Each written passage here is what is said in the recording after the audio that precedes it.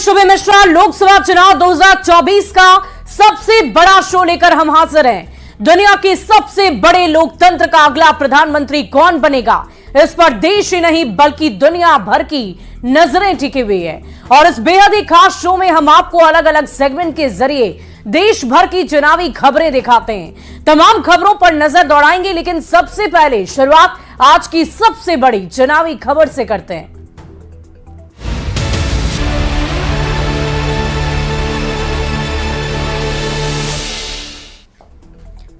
और गाजियाबाद में पीएम मोदी का road show, mission Uttar Pradesh Jatland को पीएम का संदेश। पीएम मोदी के रोड शो में फूलों की बारिश हुई। मालीवाड़ा चौक से चौधरी मोड़ तक रोड शो किया गया। गाजियाबाद से अतुल गर्ग हैं बीजेपी के उम्मीदवार और उन्हीं के लिए चुनावी रणभूमि में प्रचार प्रसार करने के लिए उतरे देश के प्रधानमंत्री नरेंद्र मोदी की ये तस्वीर इस वक्त आपकी टीवी स्क्रीन पर। मैं कह रहा था कि जो पहले और दूसरे चरण की जो सीटें हैं वो उसमें गाजियाबाद एक सबसे हाई प्रोफाइल की सीट तस्वीरें हम आपको दिखा रहे हैं। मिशन उत्तर प्रदेश जाटलैंड को पीएम का संदेश। पीएम मोदी के रोड शो में फूलों की बारिश की गई है। और देखिए, उत्तर प्रदेश के मुख्यमंत्री योगी आदित्यनाथ भी आपको नजर आ रहे होंगे और वहां से जो प्रत्याशी है उनकी भी तस्वीर हम आपको आपकी टीवी स्क्रीन पर दिखा रहे हैं। बहुत ही हाई प्रोफाइल लोकसभा क्षेत्र से उत्तर प्रदेश का माना जा रहा है और इसीलिए यहां पर प्रधानमंत्री पहुंचे और देखिए भारी संख्या में उनके समर्थक वहां पर मौजूद हैं। सभी हाथ हिलाकर उनका अभिनंदन कर रहे हैं और प्रधानमंत्री के हाथों में आप देख पा रहे होंगे पार्टी का चिन्ह कमल हाथों में लेकर वो सभी का अभिवादन करते आपको नजर आ रहे होंगे। वहां पर जीत का आंकड़ा और बेहतर होने वाला है और यही वजह है कि पार्टी कोई कोर कसर नहीं छोड़ रही है और पार्टी को लगता है कि पहले दूसरे चरण में ही नहीं बल्कि हम जानते हैं कि पूर्वी उत्तर प्रदेश में भी ऐसे गठबंधन बीजेपी ने बनाए हैं। उसमें सुभाषपा साथ आई है, पहले से ही अपना दल साथ में है, प्रवीण संसार की पार्टी साथ में है।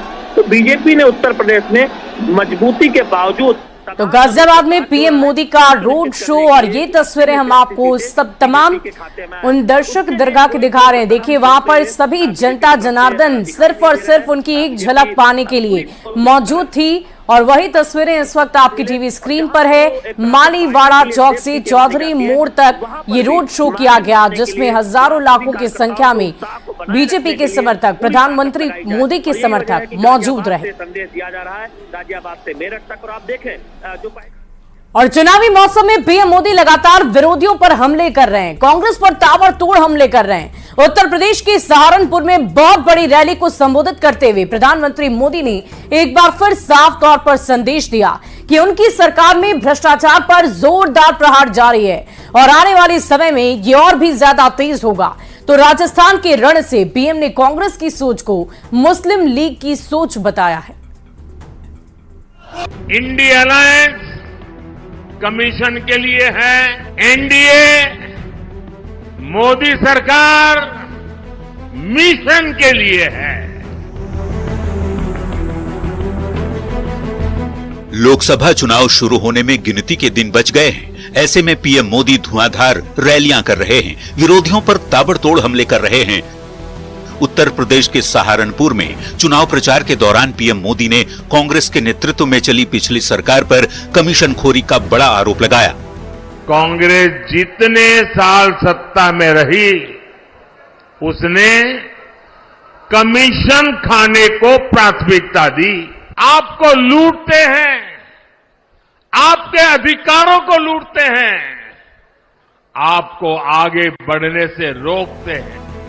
प्रधानमंत्री मोदी ने इंडी अलायंस पर भ्रष्टाचार में डूबे होने का आरोप लगाते हुए साफ संदेश दिया कि आने वाले समय में भ्रष्टाचार पर प्रहार और तेज होगा। मोदी धमकियों से डरने वाला नहीं। ये भ्रष्टाचारी एकजुट होकर मोदी को धमकी दे रहे हैं। ये मोदी है, पीछे हटने वाला नहीं है। भ्रष्टाचार पर तेज कार्रवाई जारी रहेगी, ये मोदी की गारंटी है। यूपी के सहारनपुर के बाद पीएम मोदी ने राजस्थान के रण से भी विरोधियों पर तीखा प्रहार किया। अजमेर के पुष्कर में चुनावी रैली को संबोधित करते हुए पीएम ने कांग्रेस के घोषणा पत्र को झूठ का पुलिंदा बताते हुए पार्टी की सोच को मुस्लिम लीग जैसी बताया। कल कांग्रेस पार्टी ने एक झूठ का पुलिंदा जारी किया है। कांग्रेस को बेनकाब करने वाला एक घोषणा पत्र है। कांग्रेस के घोषणा पत्र में वही सोच झलकती है जो सोच आजादी के समय मुस्लिम लीग में थी। आज की कांग्रेस के पास न सिद्धांत बचे हैं और न ही नीतियां बची हैं। चुनाव से पहले जिस तरह से पीएम विरोधियों पर आक्रामक अंदाज में हमले कर रहे हैं, जिस तरह से पीएम मोदी कांग्रेस पर एक के बाद एक आरोप लगा रहे हैं, उससे देश का सियासी पारा गर्म मौसम में उबाल पर आ चुका है। Bureau report, news 18। और भारतीय जनता पार्टी आज अपनी स्थापना की 44वीं वर्षगांठ मना रही है और आज ही के दिन 6 अप्रैल 1980 को बीजेपी की स्थापना हुई थी। महज 2 सांसद वाली पार्टी से सियासत का सफर शुरू करने वाली बीजेपी आज भारत ही नहीं बल्कि दुनिया की सबसे बड़ी पार्टी बन चुकी है। आज भाजपा का स्थापना दिवस है।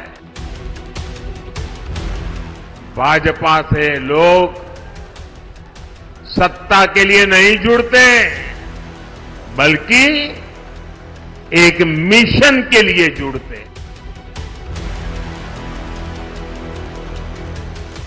दुनिया की सबसे बड़ी राजनीतिक पार्टी अपनी स्थापना की 44वीं वर्षगांठ मना रही है।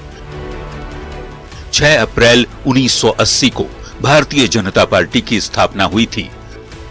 2 सीट से 400 पार के नारे में यदि दम है तो इसलिए क्योंकि बेहद कम समय में बीजेपी देश ही नहीं दुनिया की सबसे ज्यादा कार्यकर्ता वाली पार्टी बन चुकी है।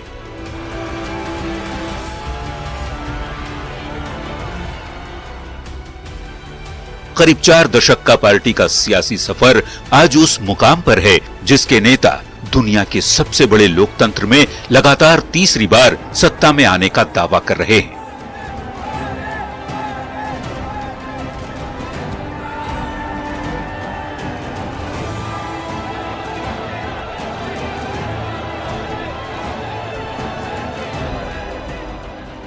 चार जून 400 पार, 4 जून 4 जून 4 जून।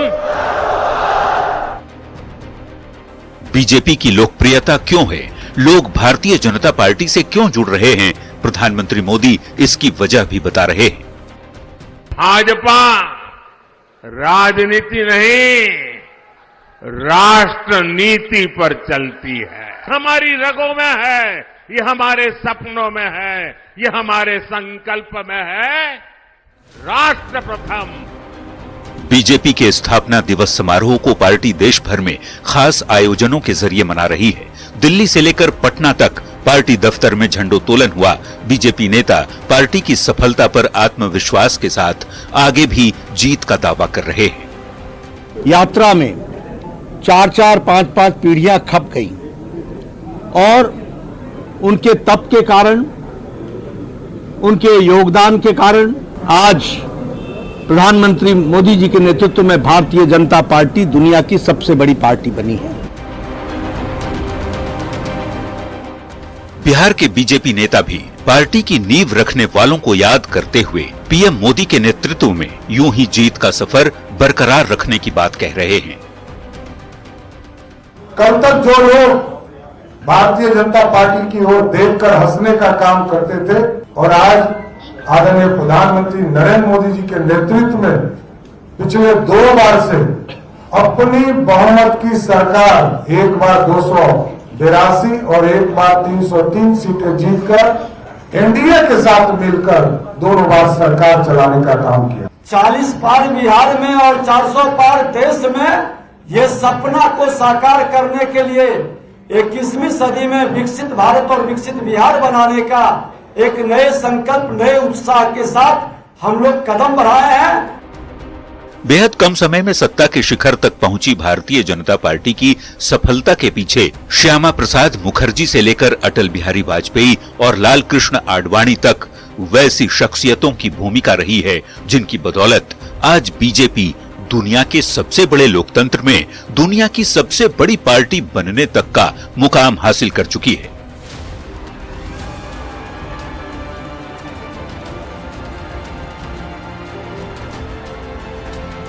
न्यूज 18 के लिए पटना से रवि एस नारायण के साथ ब्यूरो रिपोर्ट। वही मुकेश सैनी की पार्टी वीआईपी इंडिया अलायंस का हिस्सा बन गई है। हालांकि एनडीए नेताओं का कहना है कि इससे किसी तरह का कोई फर्क नहीं पड़ेगा। बीजेपी के हरि सैनी का तो यहां तक आरोप है कि मुकेश सैनी ने अपने समाज के लिए कुछ भी नहीं किया।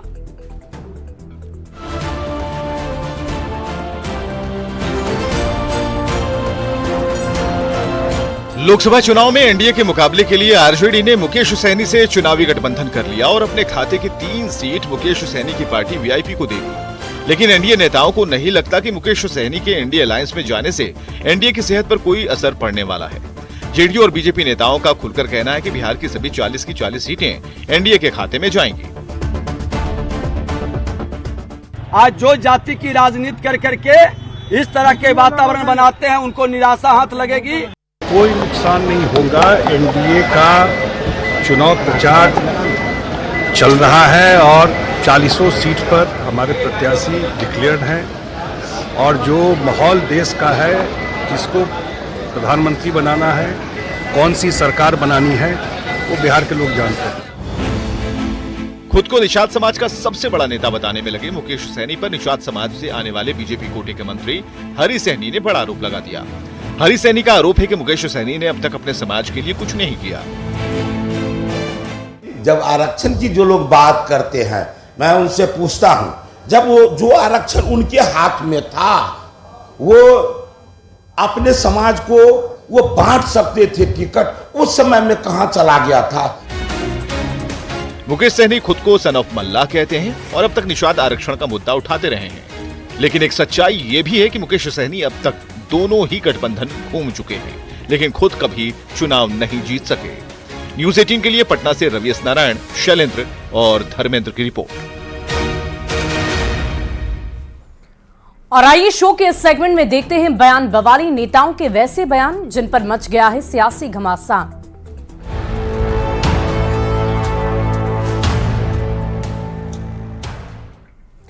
और कांग्रेस नेता सोनिया गांधी ने प्रधानमंत्री मोदी पर बेहद ही गंभीर आरोप लगाते हुए कह दिया कि मोदी जी खुद को महान मानकर देश और लोकतंत्र की मर्यादा को ताक पर रख रहे हैं।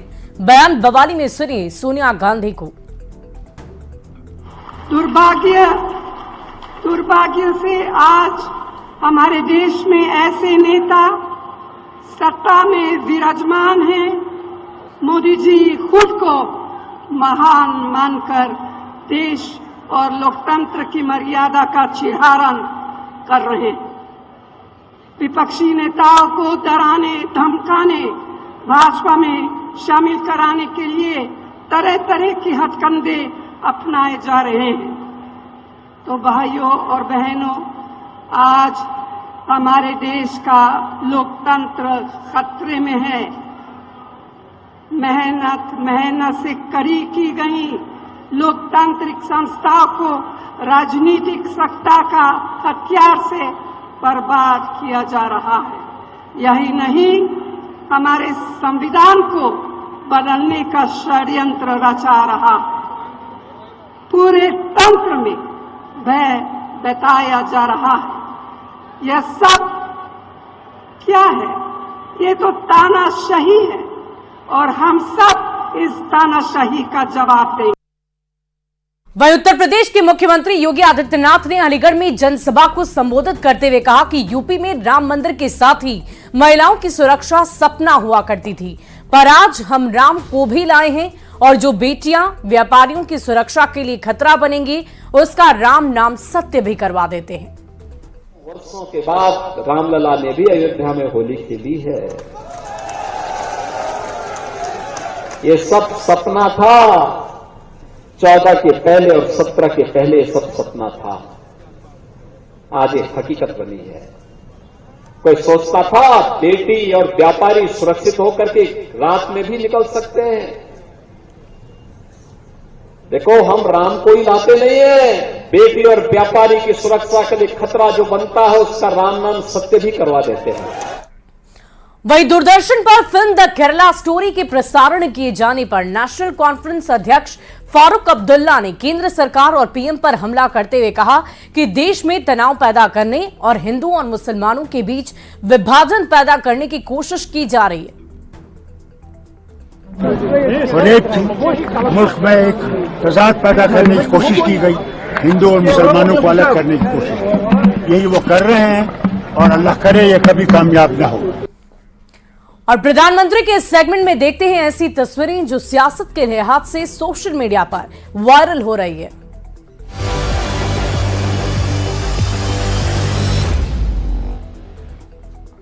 और चुनाव में वोट लेने के लिए नेता कुछ भी करने को तैयार रहते हैं और ऐसी ही तस्वीर सामने आई है तमिलनाडु से, जहां रामनाथपुरम लोकसभा सीट से निर्दलीय चुनाव लड़ रहे पूर्व सीएम पन्नीर सेल्वम पकौड़े की दुकान पर पनीर पकौड़े बनाते नजर आ रहे हैं। कड़ाही में देखिए खौलते तेल में कितनी सफाई के साथ सेल्वम पकौड़े को तल रहे हैं। तो चुनाव से पहले की ये तस्वीरें नेताओं की अलग अलग जगहों से, अलग अलग लोकसभा क्षेत्रों से सामने आ रही है। और चुनावी वायरल में अगली तस्वीर असम के सीएम हिमंता बिस्वा शर्मा की आपको दिखाएंगे, जो शिवसागर में आयोजित एक पब्लिक मीटिंग में लोगों के साथ डांस करते नजर आए। सोशल मीडिया पर हिमंता की ये तस्वीर बहुत तेजी से वायरल हो रही है।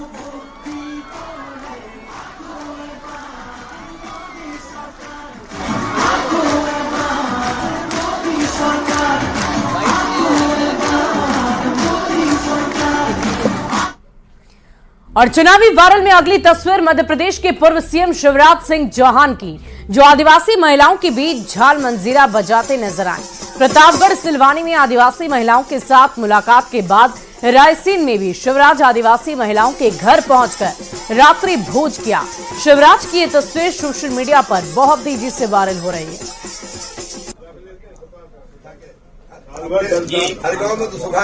आपका भोजन और प्रधानमंत्री के शो के आखिर में देख लेते हैं फटाफट अंदाज में चुनाव से जुड़ी 24 खबरें, यानी कि चुनावी 24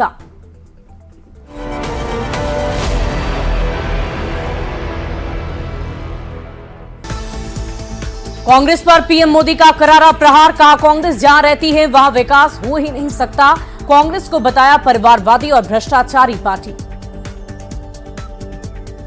हमने चित्र साफ है, हम हैं जिसका मिशन है भ्रष्टाचार हटाओ, और वो हैं उनका कमीशन कहता है भ्रष्टाचारी बचाओ। पीएम मोदी का 4 दिन में दूसरा बिहार दौरा, जमुई के बाद रविवार को नवादा में भरेंगे हुंकार। एनडीए प्रत्याशी विवेक ठाकुर के पक्ष में चुनावी सभा को करेंगे संबोधित। मुकेश सहनी के महागठबंधन में शामिल होने पर जेडीयू बीजेपी का निशाना, कहा सहनी कहीं भी जाएं नहीं पड़ेगा कोई असर। चुनाव प्रचार में राबड़ी देवी के सुरक्षा कर्मी को ले जाने के मामले में रोहिणी आचार्य पर बरसी बीजेपी। सम्राट चौधरी ने कहा गुंडा राज स्थापित करना ही लालू परिवार का मतलब। एक बार एनडीए को मजबूत करने में जुटे पशुपति कुमार पारस का बिहार की सभी 40 सीट पर जीत के लिए लगाएंगे ताकत, जरूरत पड़ने पर चिराग के लिए भी करेंगे प्रचार प्रसार। जेडीयू से राज्यसभा सांसद संजय झा ने मुख्यमंत्री नीतीश कुमार से की मुलाकात। मुख्यमंत्री ने गर्मजोशी के साथ शॉल देकर सम्मानित किया। नेता प्रतिपक्ष तेजस्वी यादव ने परिवारवाद के आरोप पर किया पलटवार, कहा इंडी गठबंधन से अधिक एनडीए के नेता दे रहे परिवारवाद को बढ़ावा। मंत्री अशोक चौधरी ने कांग्रेस के घोषणा पत्र में जातिगत जनगणना को शामिल करने पर बोला हमला, कहा कांग्रेस की कथनी और करनी में बहुत अंतर। शेखपुरा में आरजेडी प्रत्याशी अर्चना रविदास और विधायक विजय सम्राट समेत कई लोगों पर आदर्श आचार संहिता उल्लंघन का केस दर्ज। महोली थाने में एफएसएम टीम पर हमला करने का आरोप। मुकेश सहनी के महागठबंधन में शामिल होने पर बीजेपी एमएलसी राजीव कुमार ने कसा तंज, कहा सहनी समाज के लोग मुकेश सहनी को नहीं मानते अपना नेता। जेएमएम ने हेमंत सोरेन के नाम पर लोकसभा चुनाव लड़ने का दावा किया। कांग्रेस ने गोड्डा सीट पर मामला फंसने की बात से इनकार किया। जमुई लोकसभा सीट से इंडी गठबंधन प्रत्याशी अर्चना रविदास के लिए प्रचार प्रसार करेंगे मुकेश सहनी। कहा, इंडी गठबंधन एकजुट है। इंडिया अलायंस में मुकेश सहनी की एंट्री से वीआईपी समर्थकों में खुशी। निषाद समाज के लोगों ने पूर्वी चंपारण से चुनाव लड़ने की मांग की। किशनगंज में जेडीयू प्रत्याशी मुजाहिद आलम के समर्थन में एनडीए ने तेज किया प्रचार प्रसार। मंत्री जमा खान ने पीएम मोदी और सीएम नीतीश कुमार के विकास कार्यों पर वोट देने की अपील की। परिवारवाद पर तेजस्वी के सवाल के बाद जेडीयू का बहुत बड़ा हमला। वीडियो जारी कर कहा, 12 में से 6 का हो गया जुगाड़, बाकी 6 का इंतजार। जमुई लोकसभा सीट से एनडीए उम्मीदवार अरुण भारती ने शेखपुरा में किया रोड शो, लोगों से वोट करने की अपील। गोड्डा से बीजेपी प्रत्याशी निशिकांत दुबे का बहुत बड़ा दावा। कहा, जून जुलाई तक बसंत सोरेन छोड़ देंगे जीएम। रांची लोकसभा सीट से बीजेपी प्रत्याशी संजय सेठ ने मंदिर में की पूजा अर्चना। न्यूज 18 से बातचीत में जीत का दावा किया। सारण लोकसभा सीट से आरजेडी प्रत्याशी रोहिणी आचार्य के पुलिस दुरुपयोग के आरोपों पर सम्राट चौधरी का बयान। कहा, कानून तोड़कर बढ़ना ही है लालू परिवार का परिचय। चौथे चरण के चुनाव से पहले प्रत्याशी का नाम का होगा ऐलान। रांची पहुंचे प्रदेश कांग्रेस प्रभारी सुबोध कांत ने रांची सीट पर जताई है दावेदारी। धनबाद में बूथ स्तरीय बैठक में शामिल हुई झारखंड बीजेपी प्रभारी लक्ष्मीकांत वाजपेयी। कार्यकर्ताओं को लोकसभा चुनाव में जीत का मंत्र दिया। पटना में धूमधाम से मनाया जा रहा बीजेपी का 45वां स्थापना दिवस। प्रदेश अध्यक्ष सम्राट चौधरी ने कार्यालय में फहराया पार्टी का झंडा। बीजेपी के 44वें स्थापना दिवस पर ऑस्ट्रेलिया के मेलबर्न शहर में बीजेपी स्पोर्ट्स ने मनाया जश्न। आज ही के दिन 1980 में बीजेपी की हुई थी स्थापना। सपा और बीएसपी में बहुत बड़ी टूट। पूर्व मंत्री साधना सिंह समेत कई पूर्व विधायकों ने थामा बीजेपी का दामन।